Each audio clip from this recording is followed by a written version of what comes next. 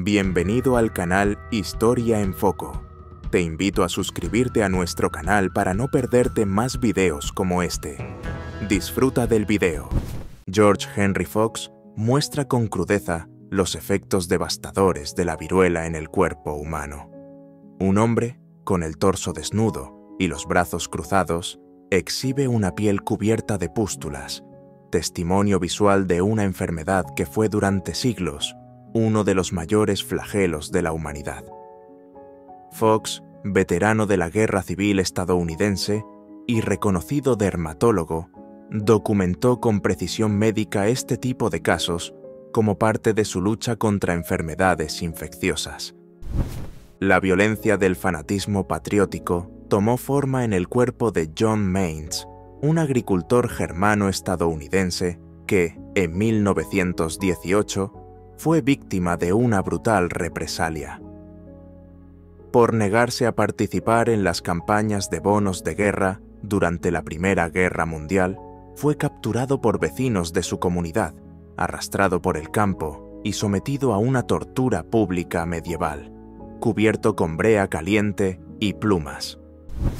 En los escombros de un Berlín derrotado, mientras el mundo intentaba reconstruirse tras el desastre de la Segunda Guerra Mundial, dos niños se agachan en la tierra suelta de una calle destruida.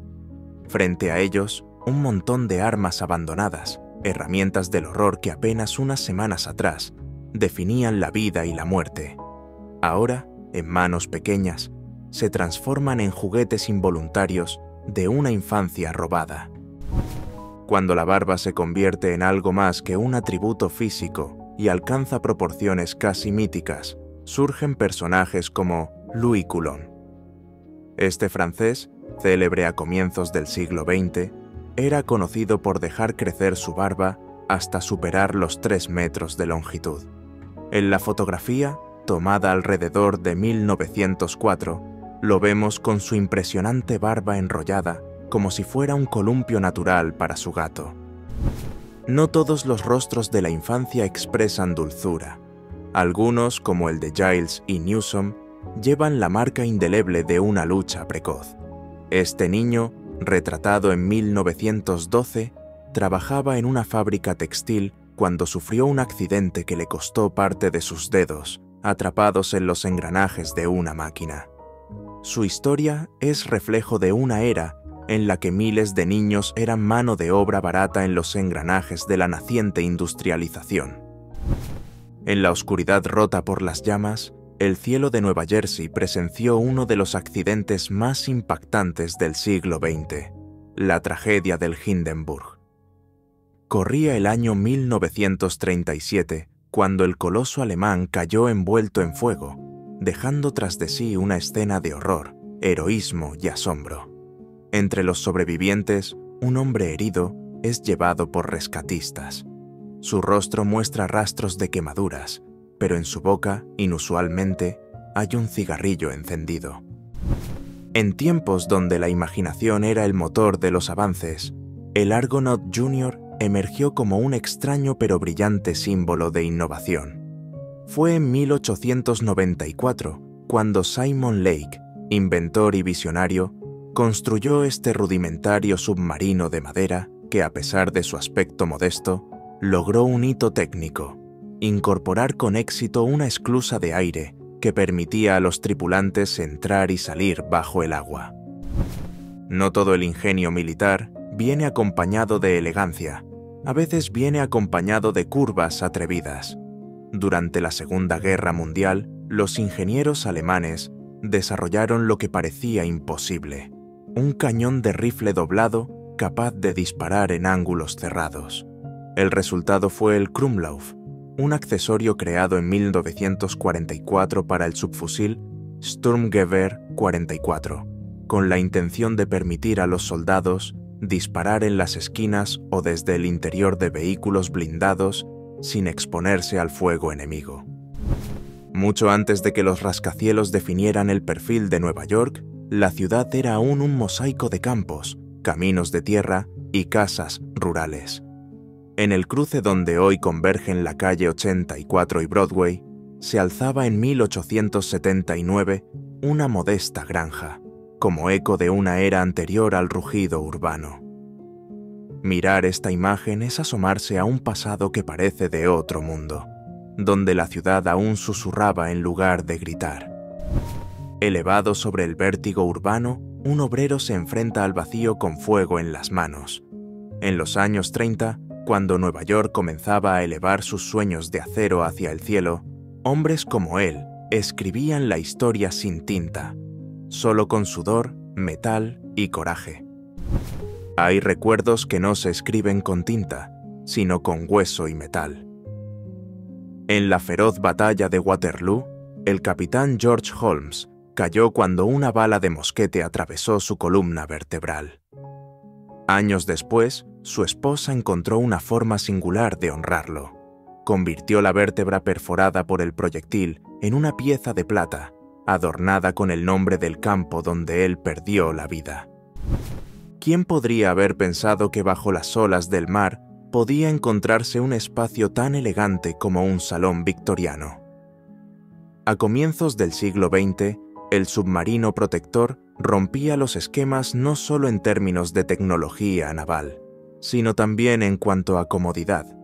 En esta fotografía de 1904, el interior del submarino sorprende por sus asientos acolchados, acabados en madera y una atmósfera que evoca más a un vagón de tren de lujo que a una máquina subacuática.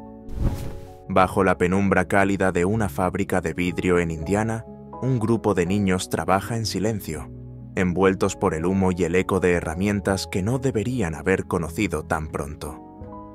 Antes de que las reformas laborales protegieran a los más jóvenes, miles de menores pasaban sus noches inmersos en la rutina extenuante de la producción industrial. La escena revela una verdad cruda: rostros inocentes manchados de cansancio, manos pequeñas realizando tareas grandes, todo por un salario mínimo, o a veces por la mera subsistencia. Entre los riscos y la tierra reseca de Galípoli, donde cada sombra podía esconder una amenaza, el arte del camuflaje alcanzaba niveles sorprendentes. En esta escena tomada durante 1915, 2 soldados escoltan a un prisionero poco común, un francotirador disfrazado de árbol. Cubierto con ramas, hojas y tierra, se fundía con el entorno en un intento extremo por pasar desapercibido. Con una mirada que mezcla misterio y dulzura, y una melena que cae como un velo de terciopelo, Lotta Chick fue coronada reina de belleza en la ciudad de Nueva York en el año 1922. Su imagen representa más que una victoria en un concurso. Es el eco visual de una época que despertaba a una nueva feminidad, más libre, más visible, más poderosa. En una época donde la escuela no solo formaba mentes, sino también cuerpos y espíritus, un grupo de niños se alinea con precisión sobre bancos de madera, realizando ejercicios físicos al aire libre. La imagen, tomada en los albores del siglo XX, muestra una rutina común en los patios escolares de entonces: educación física como parte esencial del crecimiento integral.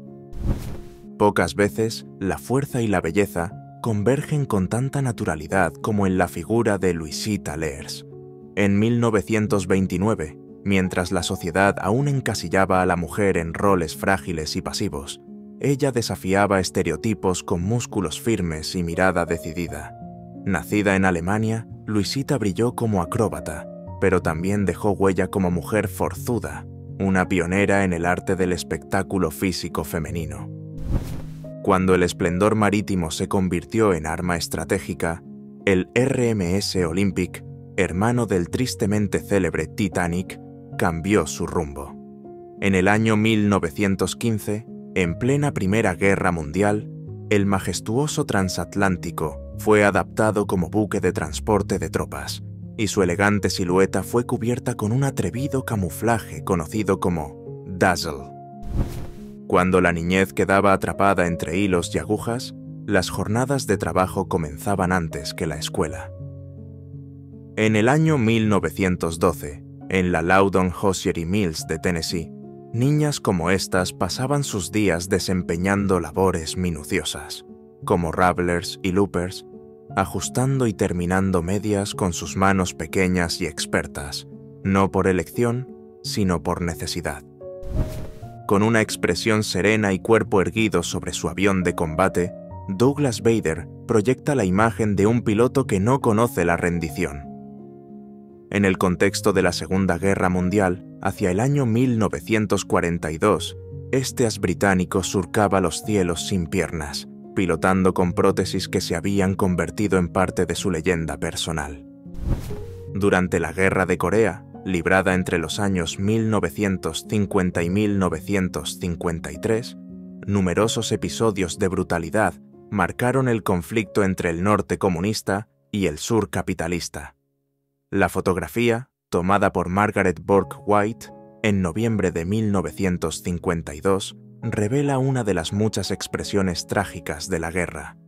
Se trata de un retrato perturbador de la deshumanización que el conflicto provocó en ambos bandos, reflejando la tensión ideológica y la violencia que separaba no solo a ejércitos, sino también a familias y comunidades enteras.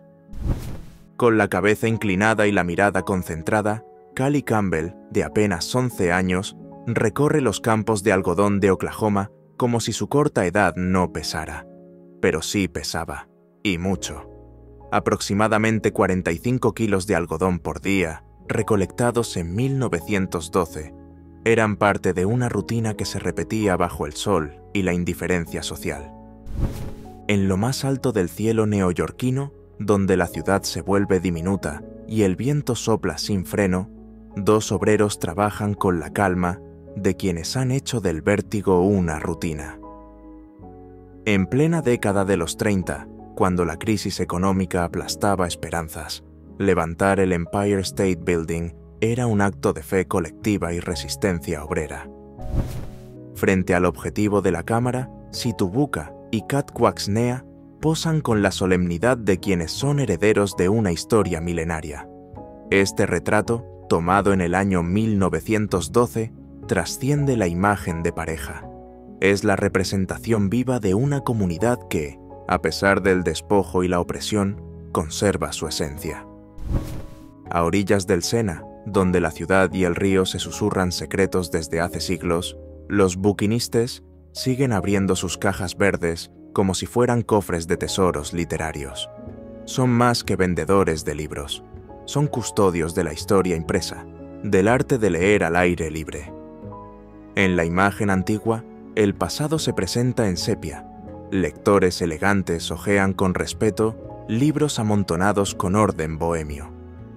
En la imagen moderna, los abrigos y mochilas reemplazan a los sombreros, pero la esencia sigue intacta. Frente a un grupo de clérigos atentos en Nueva York, el legendario ilusionista Harry Houdini se convierte en el cazador de lo invisible. No busca maravillar, sino esclarecer. En febrero del año 1925, realiza una demostración en la que desmonta, con rigor y teatralidad, los trucos de los médiums fraudulentos que decían comunicarse con los muertos. Con una mirada serena y firme detrás de unos delicados lentes, esta mujer parece hablar sin decir palabra. Retratada en Kentucky a principios del siglo XX, su porte refinado y su vestimenta detalladamente escogida no solo reflejan estilo, sino una profunda declaración de identidad y orgullo. En un país donde la discriminación era ley y costumbre, aparecer así ante la cámara era un acto poderoso. Pies descalzos sobre el acero, manos pequeñas manejando hilos con precisión entre máquinas rugientes.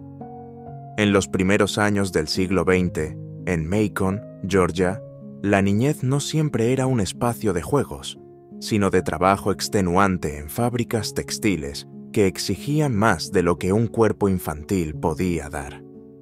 Su tamaño, que los hacía ideales para ciertas tareas, era también su condena. Poco descanso, mucha responsabilidad y casi ningún derecho. En medio de una penumbra cargada de carbón y silencio, un grupo de niños y jóvenes trabajadores descansa brevemente durante su jornada en las minas de la Pennsylvania Coal Company. Año 1912. No hay juegos ni recreo, solo una pausa en el cansancio. La escena, en Ewen Breaker, retrata una época donde la infancia fue sacrificada en nombre de la productividad. Estos pequeños trabajadores, algunos de apenas 8 o 9 años, pasaban horas separando carbón de impurezas, expuestos a peligros constantes y al desgaste prematuro del cuerpo. Detroit, a finales del siglo XIX, brillaba como un faro de innovación y riqueza. Sus avenidas estaban flanqueadas por majestuosas casas victorianas, construidas con orgullo por una ciudad que crecía impulsada por la fuerza de la industria. En el año 1882, estas viviendas eran testigos silenciosos del auge económico, reflejando el optimismo de una época de oro. En el cruce de caminos del legendario oeste americano, Dodge City se alzaba como un hervidero de vida fronteriza en 1872. La fotografía muestra una tienda de herramientas y armería, un espacio fundamental para cualquier habitante de la época. Desde armas y municiones hasta utensilios de hojalata, los productos allí ofrecidos eran reflejo de una sociedad forjada en la dureza del territorio. En plena Segunda Guerra Mundial, con la aviación convirtiéndose en un eje central de las operaciones militares, surgieron métodos pioneros para formar a los nuevos pilotos. La escena muestra a un grupo de jóvenes reunidos alrededor de un primitivo pero ingenioso simulador. Construido principalmente con madera, el dispositivo replicaba los controles de una cabina real, brindando a los aspirantes la oportunidad de familiarizarse con maniobras y respuestas del aparato. Los vehículos convergen hacia un nodo vial que alguna vez albergó una puerta al cielo, el Washington Hoover Airport, ubicado junto al río Potomac. Fundado en los primeros años de la aviación civil estadounidense, este aeropuerto sirvió a la ciudad de Washington, D.C., cuando volar aún era una experiencia pionera. La fotografía aérea revela un diseño urbano pensado para la eficiencia, avenidas que se abren como pétalos hacia el edificio terminal, automóviles detenidos frente a las instalaciones y un muelle que sugiere conexiones con hidroaviones o embarcaciones menores. Rostros serios, chaquetas abotonadas y gorras que revelan su oficio. Estos muchachos, mensajeros de Western Union, fueron retratados en Hartford, Connecticut, cuando la mensajería era una labor crucial para mantener a una ciudad conectada, incluso en medio de los inicios del siglo XX. Tan siniestra como reveladora, la llamada tramp chair, o silla para vagabundos, fue un instrumento de castigo utilizado a fines del siglo XIX en lugares como Rockland, en el estado de Maine, Estados Unidos. La silla, construida con barrotes de madera y hierro, tenía como fin confinar a personas sin hogar o consideradas desocupadas por las autoridades. En los rincones sombríos de la Londres victoriana surgieron lugares que mezclaban caridad y desesperanza, los llamados Four Penny Coffins. Por 4 peniques, un hombre sin hogar podía pasar la noche dentro de un ataúd de madera, dispuesto en filas dentro de almacenes adaptados para ese fin. Allí, recostado con una manta o lona, tenía la oportunidad de dormir bajo techo, aunque en condiciones mínimas y muchas veces indignas. Con expresión seria y una copa cuidadosamente equilibrada sobre su cabeza, un niño del siglo XIX posa atado con cuerdas, como si se preparara para una hazaña asombrosa. Lejos de ser un castigo o una travesura infantil, se trataba de una demostración artística. Este pequeño escapista formaba parte de una tradición escénica que en aquella época comenzaba a encantar al público, el arte de liberarse de ataduras con ingenio y destreza. 3 hombres concentrados, 2 cirujanos y un asistente, llevan a cabo uno de los primeros procedimientos conocidos utilizando éter para dormir al paciente.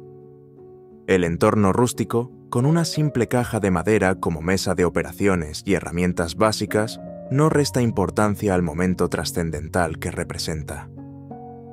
Antes de este avance, las amputaciones eran una prueba de resistencia al dolor. El paciente permanecía despierto, a menudo atado, mientras soportaba cada corte. La introducción del éter como anestésico marcó un antes y un después en la historia quirúrgica. A la sombra de un tanque japonés, reducido a escombros y sobre la tierra arrasada del atolón de Tarawa, un gesto inesperado emergió del caos de la guerra. Un infante de marina estadounidense, vestido con el uniforme salpicado por el combate, se arrodilla para ofrecer agua a un pequeño gatito sediento.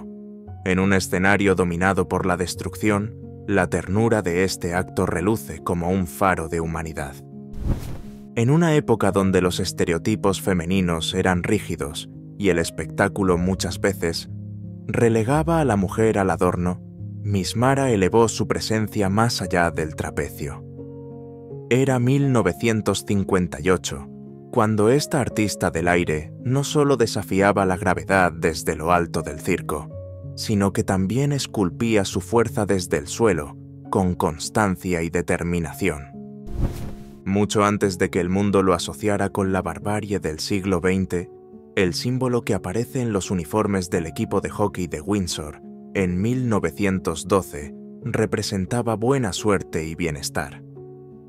Para estos jóvenes jugadores canadienses, la suástica era un emblema comúnmente usado para invocar fortuna, sin vínculo alguno con ideologías futuras. Durante siglos, diversas culturas alrededor del mundo, desde comunidades indígenas hasta civilizaciones asiáticas, utilizaron esta figura como representación de equilibrio y poder positivo. Lo que observamos es mucho más que una hazaña técnica. Es un testimonio del espíritu pionero, de hombres que se aventuraban al cielo, armados con hélices, cuerdas y una inquebrantable determinación. Sujetos por cables y estructuras metálicas, los tripulantes de estos dirigibles enfrentaban los cielos con valentía y una dosis admirable de temeridad. Hacia el año 1917, en plena Primera Guerra Mundial, estas aeronaves sobrevolaban Inglaterra sin cabinas cerradas, completamente expuestos al viento y al frío extremo de las alturas. En una era en que la medicina dermatológica apenas daba sus primeros pasos y los prejuicios sociales sobre la apariencia física estaban profundamente arraigados, una niña nacida a finales del siglo XIX enfrentaba más que su reflejo, enfrentaba la reacción del mundo. El nevus melanocítico congénito, esa marca oscura que cubre gran parte de su rostro, era vista con temor, curiosidad o incluso como un estigma. Entre las cenizas congeladas en el tiempo de Pompeya, emergen piezas que narran historias sin palabras. Una de las más fascinantes es el casco de un gladiador murmillo, descubierto en el año 2009 dentro de los barracones donde vivían y entrenaban estos combatientes. Su antigüedad se remonta a casi 2000 años atrás, una época en que la vida y la muerte se entrelazaban bajo el rugido del Coliseo o de anfiteatros provinciales. En un rincón olvidado del Pacífico, donde los enfermos eran desterrados y la esperanza parecía una palabra lejana, un hombre decidió no apartar la vista. La fotografía muestra un rostro firme, curtido por el sol y el sufrimiento, con la mirada de quien conoce el dolor ajeno como propio. Damián no solo les ofreció cuidados médicos y consuelo espiritual, construyó casas, limpió heridas, enterró a los muertos. En plena batalla, cuando el estruendo de los disparos y las bombas parecía dominarlo todo, un acto de ternura emerge como un suspiro de humanidad.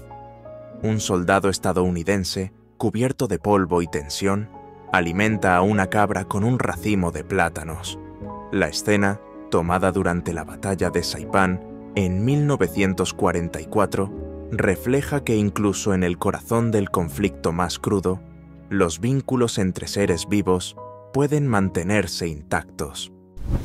Al inicio del siglo XX, en el emblemático auditorio del Rush Medical College en Chicago, la medicina se enseñaba con solemnidad y expectación. Cientos de ojos se posan sobre el paciente acostado en la camilla, mientras el médico, en posición destacada, explica con gestos precisos frente a una multitud de estudiantes. El ambiente recuerda más a una representación teatral que a una clase, donde cada palabra y cada movimiento son absorbidos con avidez. En un rincón modesto de Francia, hacia finales de la década de 1950, la felicidad toma forma en los brazos de una niña. Con una sonrisa que desborda el rostro, sostiene a su gato como si nada más importara. Las paredes desgastadas y el suelo empedrado no opacan la calidez del momento. Una mujer desde la puerta observa en silencio, quizás con orgullo, quizás recordando su propia infancia. El puente no solo uniría dos tierras, sino también el esfuerzo de quienes, a alturas vertiginosas, tejieron con sus manos una obra monumental que perdura hasta hoy. Elevados por encima del agua, como equilibristas en pleno acto, los obreros ensamblan una viga en la futura estructura del majestuoso puente conmemorativo de Delaware. Corría el año 1951, y la reconstrucción del país tomaba forma en acero y valentía. Con determinación en la mirada y el viento jugando con su cabello, la joven piloto asciende al avión con la firmeza de quien conoce su misión. Pertenece a un grupo histórico, las Women Air Force Service Pilots, o WASPs, entrenadas en Avenger Field, Texas, durante la Segunda Guerra Mundial. Estas mujeres rompieron barreras al hacerse presentes en los cielos, realizando tareas esenciales como vuelos de traslado, pruebas de aeronaves y entrenamientos de combate, liberando a los pilotos hombres para el frente.